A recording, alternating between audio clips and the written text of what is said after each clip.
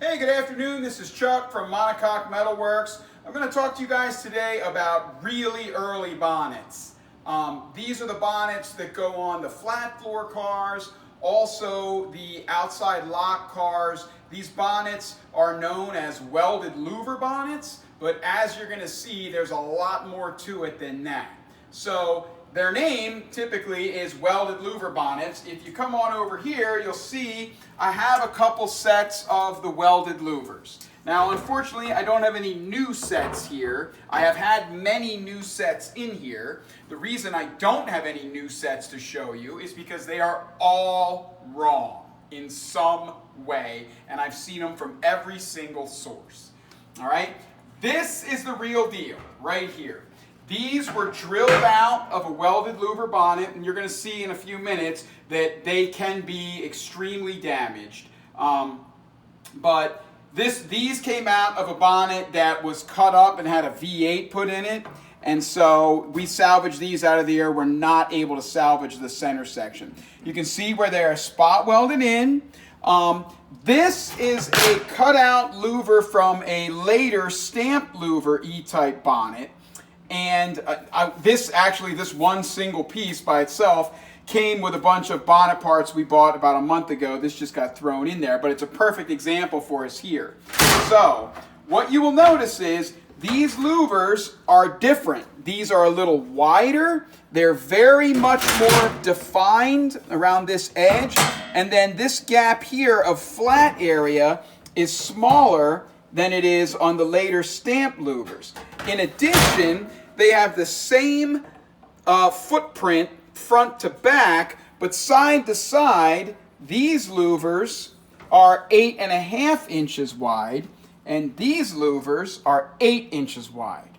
Now, many people have and actually shops are guilty of this, they have restored one of these really early cars, they take a brand new bonnet, they yank off all the glued-on flanges, spot weld them on, buy a set of new welded louvers, and spot weld them in. The problem is, I've seen welded louvers in this shape before. Now look and see how there is an even 3/4 of an inch on each side here, but up front you've got a very small flange, I guess you want to call it. I call this like the border, and then in the back it's very wide.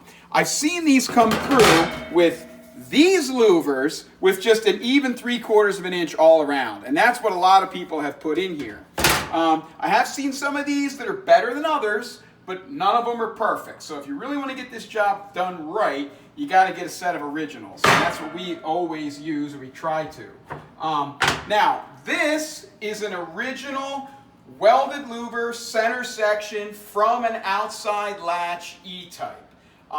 It is in rough shape, but it is the real deal. So if you come on over this way, you'll see that this is the reason why you have such a small frame up front. On the left-hand side, this is upside down obviously, and we call this the heater flange. This is where your heater box airflow duct thing goes. It is welded right up against this. It's actually spot welded to this. If you look at this other pair that Brent dissected out a few weeks ago, you can see there's still a piece of this on here. These will get sandblasted and doctored up. And in these, we're always sacrificing the skin of the center section since we can't save that, and saving the louvers themselves. Now, like I said, this is an original Welded-Louver center section. It's very early. You will see that in addition to the louvers being welded in, we've got welded in flanges. So I'll switch places with you. You come over here. You zoom in here. I'm going to wipe this down with a wet rag so you can see it better. This flange is not glued. It is spot welded on here. And there are those who think that is a lot better, but it's not. What happens is, very quickly, as the car goes down the road, starts to shake and wiggle over train tracks or whatever, this all starts pulling, and they did dress all these spot welds down on the finish side, and fill them in and smooth out the paint. But very quickly when they started going down the road, they started pulling, and that's when you get this series of spot welds right down the bonnet.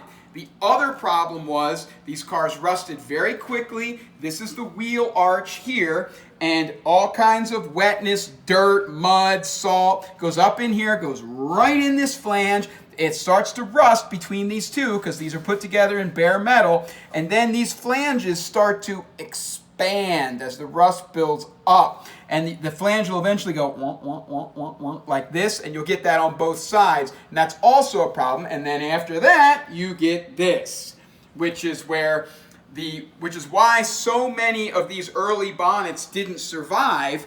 The rust builds up in here so bad that they rust out all along these flanges. And you can see someone in the past has put some kind of goop in here. I had a piece of paper around somewhere, but I lost it. We were going to shove a white piece of paper under here to show you how there's holes in here. But this, you can see up here, see this one rusted out pretty bad, and that's very common. Usually they'll rust out up here too. This one actually survived okay. And the front ones look okay there. We may or may not take some of those out. So in addition to the welded louvers, you've also got the welded flanges. Now, the welded flanges are also wider. You can see that this is significantly wider here. And over this side, it's really wide. This side is actually about 3/16 of an inch taller than this side over here. So now you come around, and I'll go over here. I'm trying to get in the best spot for filming. If you look here, I'll wipe these down. There's your spot welds, and there's your spot welds there. These are all about 1.25 inches apart, nice and evenly spaced. These are about 3/4 of an inch apart. There's a lot more. Very typical on these. They just kind of did whatever it took. Now, one thing that's interesting about this one that we just noticed, this seems to have some type of, see these little tiny holes here? All right, well, if you look, see how this hole here is so close to the back. And over here, this one looks about normal.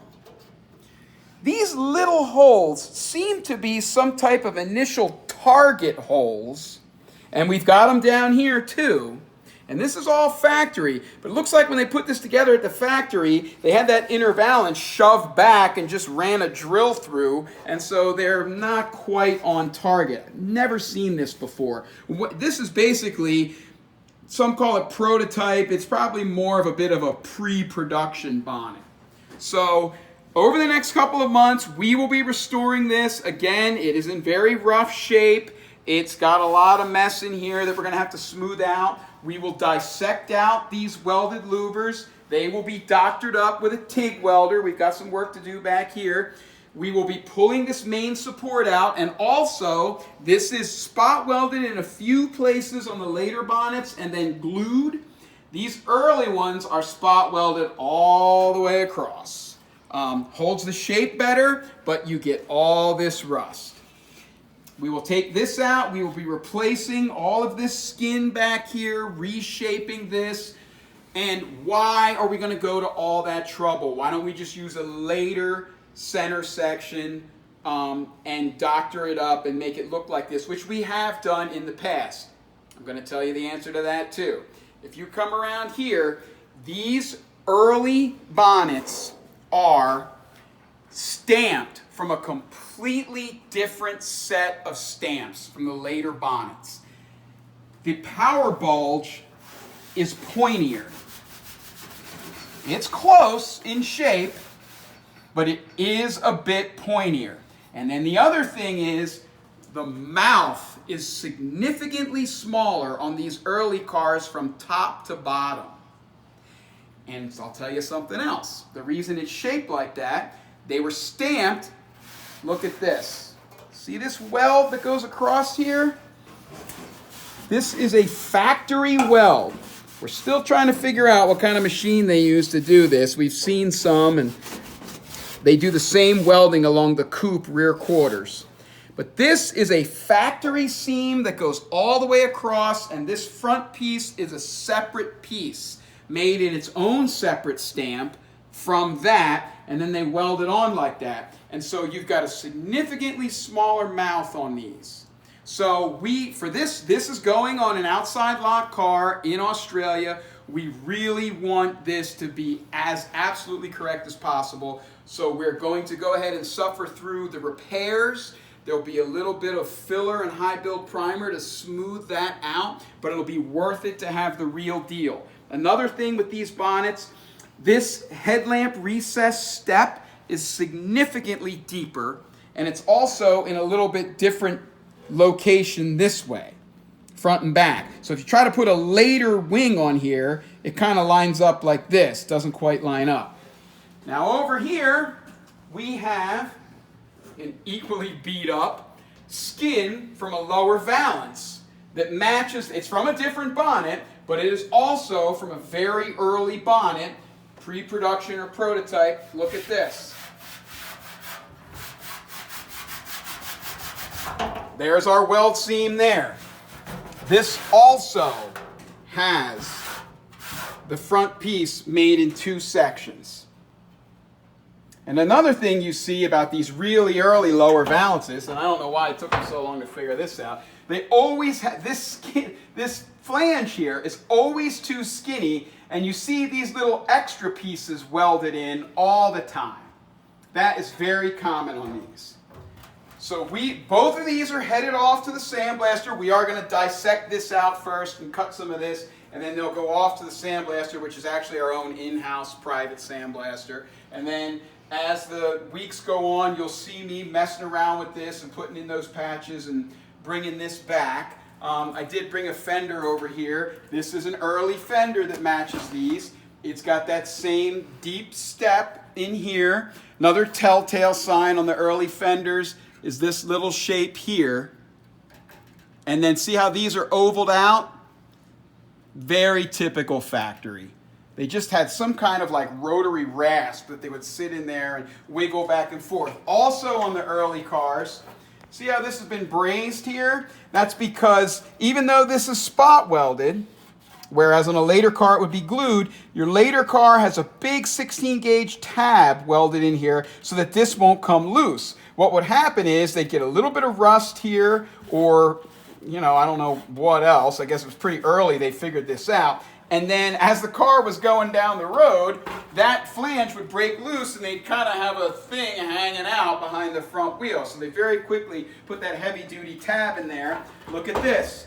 You've got your typical welded flanges creating that rust through. And you get this sometimes with the glue, but the welded bonnets are where you really get this. So a lot of people have tried to remake these. Most have failed.